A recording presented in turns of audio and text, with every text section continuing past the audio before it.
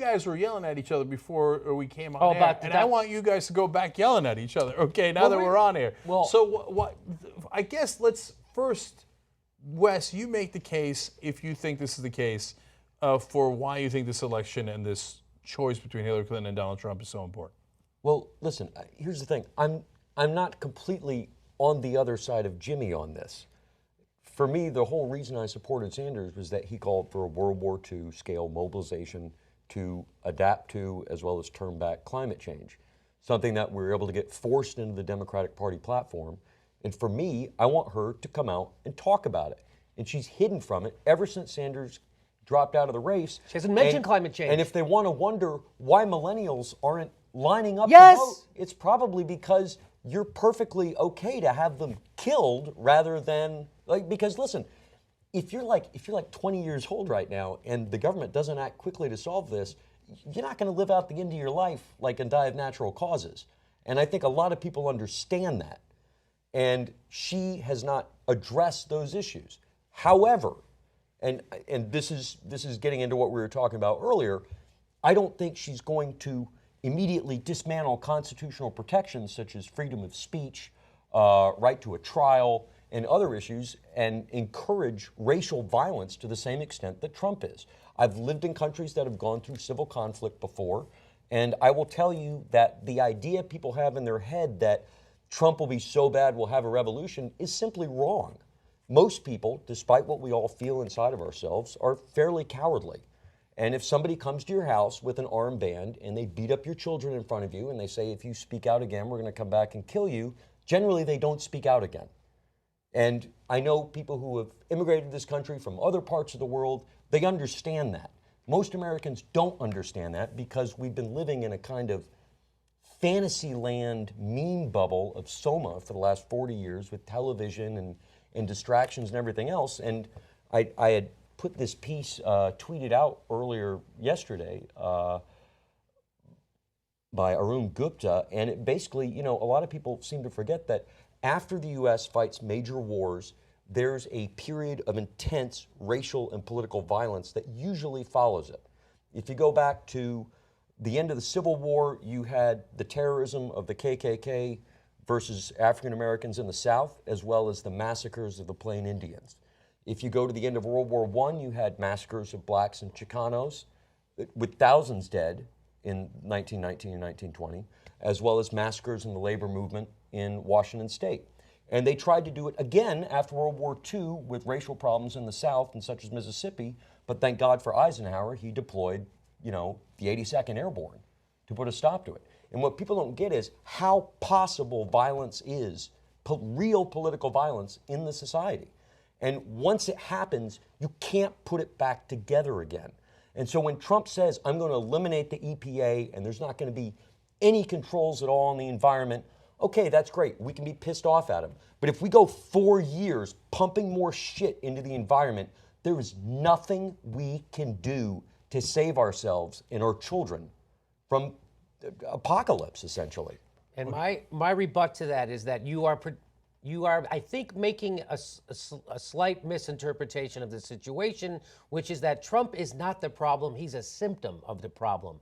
And we keep doing what we've always done. We're going to get another Trump, and the next Trump might actually be competent, like Ted Cruz, because Donald Trump is an incompetent, and he will have extra scrutiny, and he won't be able to get any of the horrible stuff done that people think he. This is my theory, and we've been doing this thing. We've been doing this, and they've been putting up a worse candidate and a worse candidate. And this is we're living in what they call inverted totalitarianism right now. We live in an oligarchy right now. Not arguing that so point. To keep voting for more oligarchy, I'm afraid of what the next Trump's going to look like. And I'd rather vote for Jill Stein and try to build up a real lefty party in this country so we can counter. Hey, if she was polling at 5 or 10%, maybe Hillary Clinton would be trying to be more of a lefty instead of trying to get Jeb Bush voters, which is what suppresses the vote. Half the country still doesn't vote, West. Half the country. And did you know that things are worse than than you think they are. Do you know 1 in 4 kids in America lives in poverty? Not Yes. poor. Yes. In poverty. Yes. You know half the country now is considered poor? Yes. Half. In Yes. the richest goddamn country. Wall Street's setting records, profits, so are corporations, and you want us to vote for more of the same. People ain't gonna do it, which is why she's fucking losing. Here's the Wes, thing. that's I don't why. want you to vote for more of the same.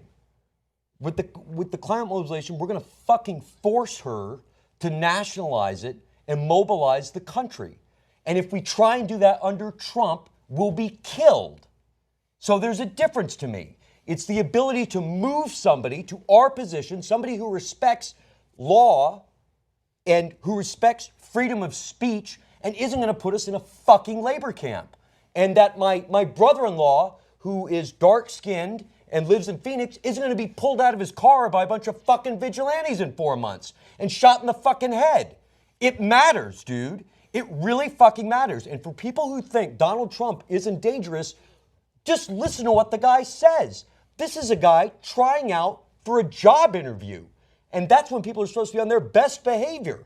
Now imagine what he's going to be like as president after he's already said, I'm not going to pay back the debt. We shouldn't have so much freedom of speech. We should be beating up opponents. What do you think is going to happen when he's elected? What do you think is going to happen to us when he's elected if we speak out against him? So, I agree that when you say that it matters, I think you're implying that I don't think it matters. I think it matters a whole bunch, which is why I'm super serious about it and thinking about it 24 hours a day. And I, just like you, I think kind of agree with my position. I also am sympathetic to your position. This isn't easy. No, and I'm sympathetic to yours. Right. This is a I went to a Trump very, rally. very hard I went to a decision Trump rally. for me because I do not support what she stands for. I do not support the president's system. Here's my also another here. If you want to talk fear, I'll talk fear. So in 2 years, right now they think the Senate might flip right to Democrats, which is a great thing in a sense. But because of the way she's campaigning selfishly, it probably won't, right? So then we're stuck with Republican Congress, Senate, and Congress at least for the next 4 to 6 to 8, 10 years, right? And then we're going to get a Republican in 4 years. Nobody's going to reelect her. So long term, it's horrible. In 2 years, I mean, she's not going to get anything done anyway except right-wing stuff. Again, we've got to break the fever of neoliberalism because that's what creates Trump. And I know it's scary, and I'm not saying it's not scary. I'm saying that I'm betting he's an incompetent, and I'm betting that the American people will rise up. I'm willing to bet you every mass murdering dictator in history is a fucking incompetent. That's why they kill people. That's why they have absolute control, because they're incompetent.